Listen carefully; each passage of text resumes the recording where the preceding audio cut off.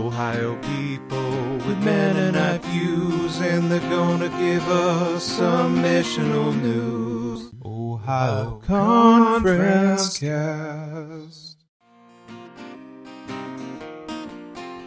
You are listening to Ohio Conference Cast, a podcast dedicated to sharing missional stories and other information about Ohio Mennonite Conference. Welcome to another edition of the Ohio Conference Cast. Today, I'm one of your hosts, and I am Jacob Dodson, and I have with me today... Hi, I'm Thomas Dunn, and glad to be back into the podcasting realm here for a bit. For sure.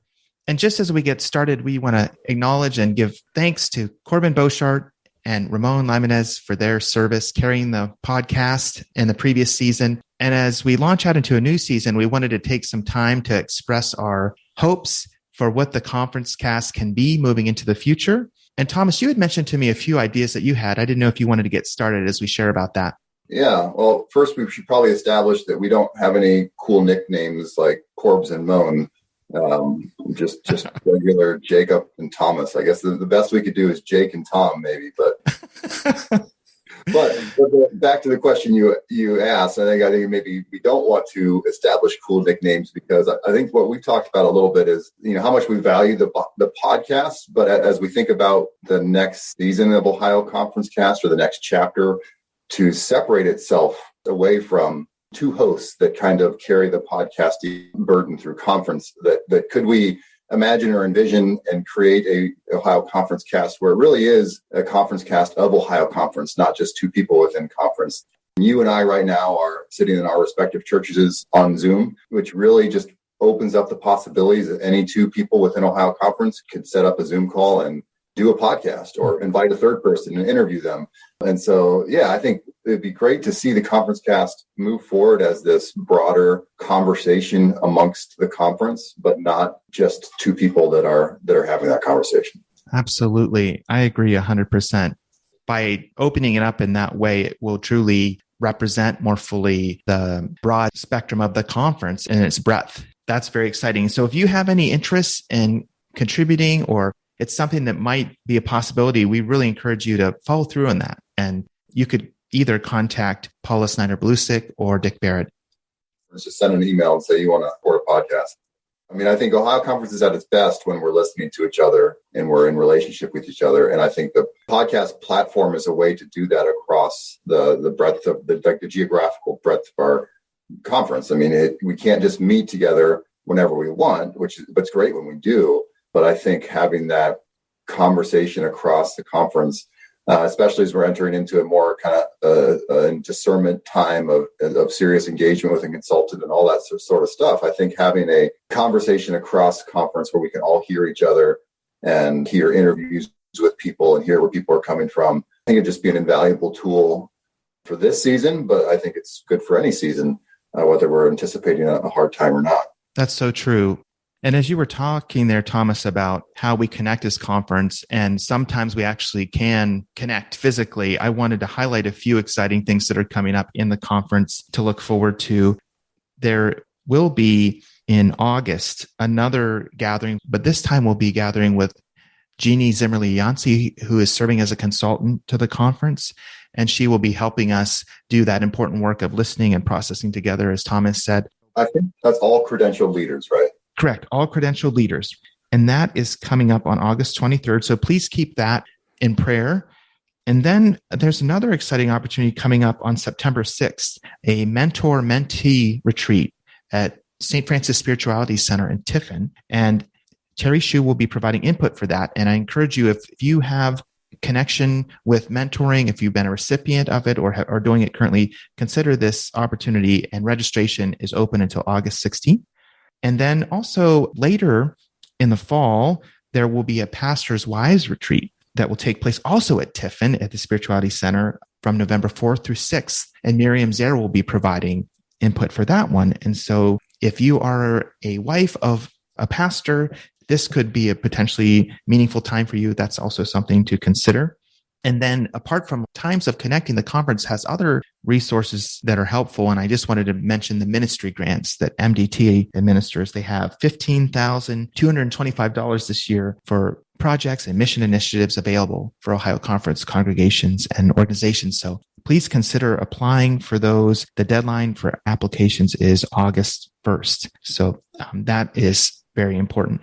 And then something maybe that is not conference-wide is our partnership with other churches in the area in growing in connection with our Congolese brothers and sisters in Akron, Ohio. And there will be a World Communion service at Central Christian School the first Sunday in October. And so that's another exciting thing that we'd ask you to keep in prayer about, but also if you're in the area to consider participating in.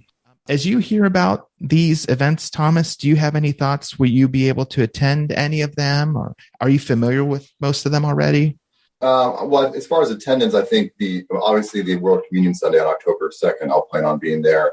And then the other two retreats you mentioned, the mentor-mentee and the pastor's wives, I don't think I'll be at either of those, but the August 23rd, all credentialed pastors meeting, I have that in my calendar. So I'm planning on being present there. Yeah. And one of the exciting things about that, I think, is just the opportunity to work with Jeannie. I know Thomas and I are part of a local partnership of churches, and we actually invited her to come in one time to process an idea we had, and it was so helpful. And she's also done work at individual local churches, like at Worcester Mennonite, where I serve. She came and met with our visioning team recently, and it was incredibly helpful to process with her. So I think it's going to be really fruitful as we meet with her as a conference. So that's exciting. I wanted to take a little time, and I processed this with Thomas before we started, just to share a hope that I have, and that is that we are called to be peacemakers and work for reconciliation in every part of church life. And this can be really hard right now as we feel pulled in different directions by our denomination and our conference over different positions on human sexuality after that recent special delegate assembly. But I wanted us, as we're in this time, to think back about what we've learned these past years as we've been practicing forbearance together as a conference, respecting one another across our differences in belief, and how even though that we've had different interpretations of Scripture at times, we've been able to maintain a deep mutuality and a desire to extend grace and hospitality to one another. And that has been, I believe, a tremendous witness to our unity in Christ. And so I'd like for us to continue being a conference that pursues life together in Jesus, even when we disagree. And I'm hoping that we can commit to stay focused on Jesus while we respond to these challenging times facing our conference and our denomination and our local churches. And so in that spirit, I just wanted to reflect a little bit with Thomas on our recent pastors gathering in Plain City on June 15th. I found it really meaningful. And I was sharing with Thomas before we got started how there was just a whole range of emotions expressed, sorrow and disappointment, but also attentiveness and hope. And I just came away from that meeting with this sense that we are committed to pray together, to work together, and to seek God and remain focused on God as we come through this hard time. And it reminds me of these words from Romans 12, be devoted to one another in love. Honor one another above yourselves. Never be lacking in zeal, but keep your spiritual fervor serving the Lord. Be joyful in hope, patient in affliction, and faithful in prayer. I really feel as we seek to do that as a conference during this time that Jesus is really going to walk with us through this and help us. And so as I've reflected there just briefly, Thomas, do you have any reactions to any of these ideas? Just wanted to give you an opportunity also to speak.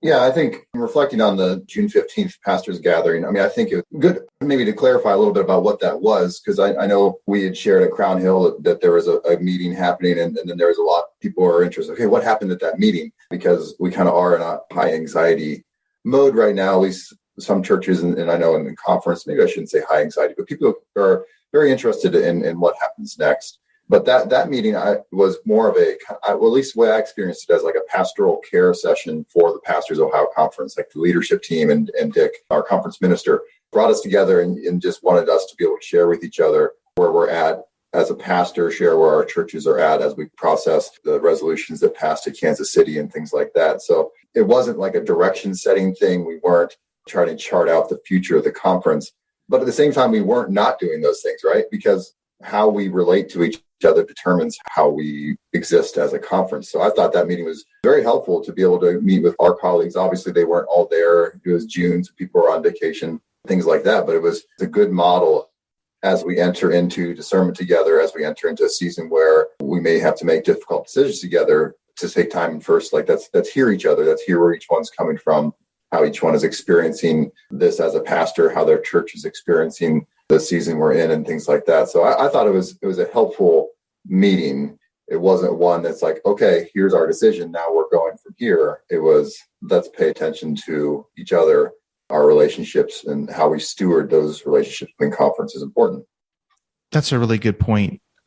I think that there was a real focus there on listening well to each other and understanding the thoughts, impressions, and background behind what each person is facing in their context, and for them to be able to share that was meaningful. And maybe one thing to consider too is that this work of listening and sharing like that can be helpful at the local congregational level. And maybe as congregations gather to discuss the results of the special delegate assembly, that they could try to work at ensuring that each other have a place at the table to share in that way, to listen to one another and commit to listen with care and openly from our hearts, like we were trying to do at the pastors' meeting. And there are a few resources that are available that I found helpful personally as I was getting ready for this pastors' meeting, and even as I'm thinking of meeting with our local church, Worcester Mennonite. And I just wanted to highlight a few of them. Our Ohio Conference leadership team released a statement related to the delegate assembly that would be good to view. And you can find it on our conference website. MCUSA released a news report about the results of the delegate assembly. So that's also good to read alongside the statement from our leadership team. There was an article in the Anabaptist World about it recently that I thought was really helpful. And then finally, there is an online delegate assembly resource page that has all of the documents that were discussed. And so as congregations seek to gather together and reflect, I'm hopeful too that these resources can be good sources of information for them.